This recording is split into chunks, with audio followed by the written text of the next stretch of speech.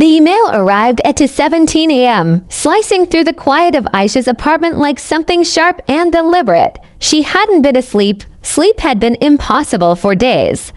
Not since the final interview for the promotion she had chased. For nearly 2 years, her laptop was still open on the coffee table, its dim light filling the room. When the notification appeared, her heart skipped not with fear, but with a fragile kind of hope she had tried not to feel. She sat up straight, pulling the blanket off her legs, suddenly alert.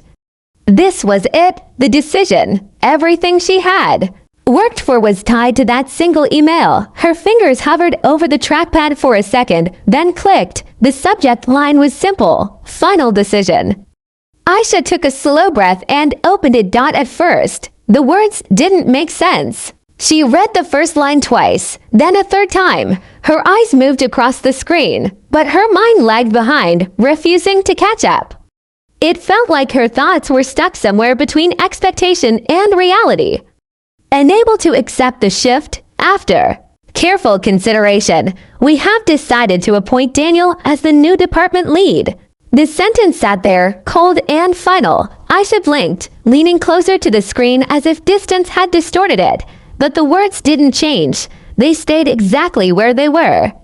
Exactly what they were, Daniel, not her. A dull pressure spread across her chest. It wasn't loud or dramatic. It was quiet, heavy, like something slowly sinking. Her gaze dropped to the rest of the message. There was a paragraph thanking her for her dedication, her creativity, her valuable contributions to the team. It sounded polished, rehearsed, empty. Each word felt like it had been chosen carefully to soften the blow, but all it did was make the rejection feel distant, impersonal. She leaned back against the couch, her hand still resting on the laptop. For a moment, she didn't move at all. This wasn't supposed to happen. Everything had pointed in her direction. Her performance reviews had been strong. Her ideas had driven major projects. Even her manager had hinted subtly, but clearly that she was the leading candidate. She had allowed herself, just once, to believe it was finally happening. And now, it was gone, replaced by someone else. By Daniel. The name settled in her mind. Heavier than the rest of the message. Daniel. Her colleague. Her teammate. Her closest ally in the office. Her phone buzzed on the table, breaking the silence. The sound made her flinch slightly. She glanced at it, not expecting anything important. But the name on the screen made her stomach tighten. Daniel. She stared at the notification for a few seconds before picking up the phone. His message was short. Hey, I didn't know how to tell you. Can we talk? Aisha read it once, then again, her thumb hovering over the screen. There was something careful about the wording. Not surprised, not confused, just cautious. I didn't know how to tell you. The phrase echoed in her mind. Tell her what? That he got the job. She already knew that. Or something else. A small, uneasy thought began to form. It was vague at first, nothing solid. Just a feeling that something didn't fit. She placed the phone back down without replying. Her attention shifted back to the laptop. The email was still open, unchanged, but now she was looking at it differently. Not as an answer, but as a clue. Her eyes moved slowly over the text again, this time focusing on the details, the language, the structure, the ideas mentioned briefly in the explanation of the decision. And then she saw it. A phrase. It was subtle, easy to miss if you weren't paying attention. But Aisha recognized it instantly. Because she had written it, her body went still. She leaned forward again, her pulse quickening. Her fingers moved across the trackpad as she scrolled slightly, searching for more. Another line caught her attention. Then another. Concepts, strategies, specific approaches, all familiar to familiar. Aisha's breath became shallow as realization crept in. Slow but certain. This wasn't just about losing the promotion. This was about how she had lost it. Her gaze shifted to a folder on her desktop. It was labeled simply, Final Strategy Draft. The file she had spent months building. Late nights, early mornings, countless revisions. It wasn't just work, it was her vision for the department's future. She clicked it open. The document filled the screen, lines of text she knew almost by heart. As she read through it, her mind started connecting the pieces, the phrases in the email, the direction of the decision, the justification. It all aligned. Her work hadn't just been considered. It had been used. Aisha's hands tightened slightly, her fingers pressing against the edge of the laptop. She scrolled through the document, stopping at sections where she had shared bold ideas, new approaches that had set her apart from others, ideas she had discussed with Daniel. Her chest tightened further as memories surfaced. Late evenings in the office, the two of them sitting across from each other, laptops open, coffee cups forgotten. Daniel asking questions, leaning in with interest, encouraging her to explain her thinking in detail. You should include that in your final draft, he had said once, nodding thoughtfully. It's strong, it'll stand out, she had smiled, grateful for the support. At the time, it had felt like teamwork. Now it felt like something else. A slow, cold clarity settled over her. Daniel hadn't just been listening, he had been learning. Her phone buzzed again. Another message from him. Aisha, please. I know this looks bad. Just let me explain. Her eyes lingered on the words. I know this looks bad. Not I'm sorry. Not I didn't mean to. Just acknowledgement. That was enough. The uneasy feeling from earlier sharpened into something solid. Something undeniable. This wasn't a misunderstanding.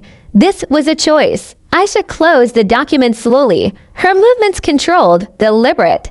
Her mind was racing now, faster than before, piecing together every interaction, every conversation, every moment she had trusted him. It all looked different now.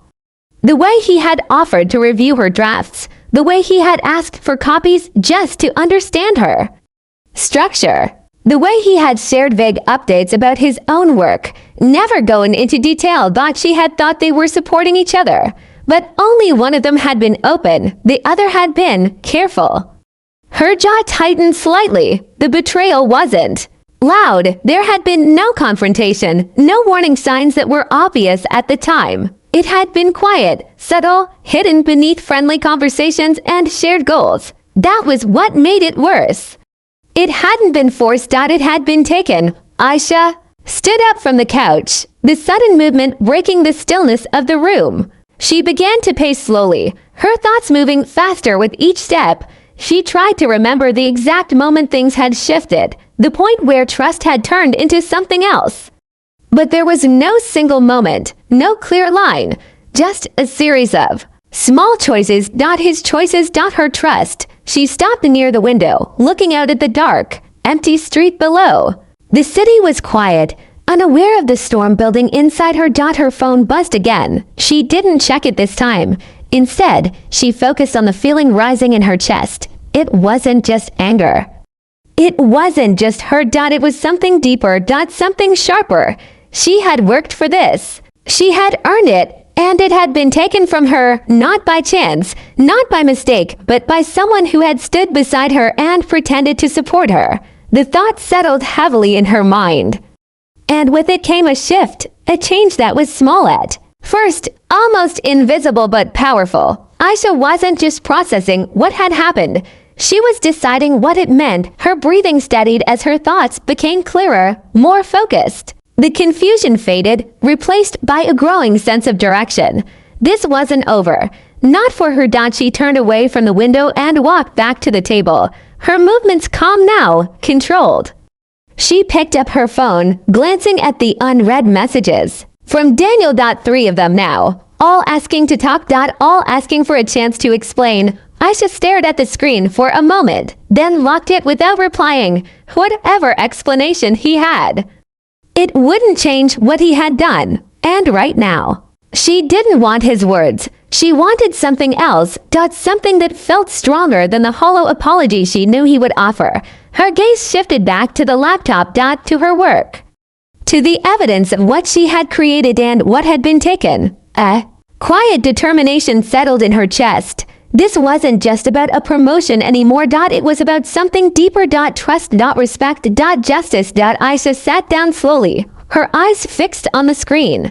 The room felt different now, not quiet, but focused, charged with a new kind of energy. The hurt was still there. The anger too. But beneath it, something else was beginning to grow. Something steady. Something dangerous. She rested her hands on the keyboard, her fingers still for a moment as a single thought formed clearly in her mind. She had been wronged, and she wasn't going to ignore it. Not this time.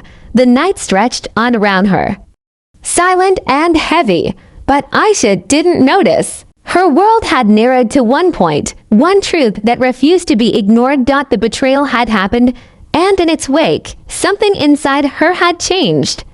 She wasn't just the person who had been overlooked anymore. She was the person who had seen the truth, and she wasn't going to let it go.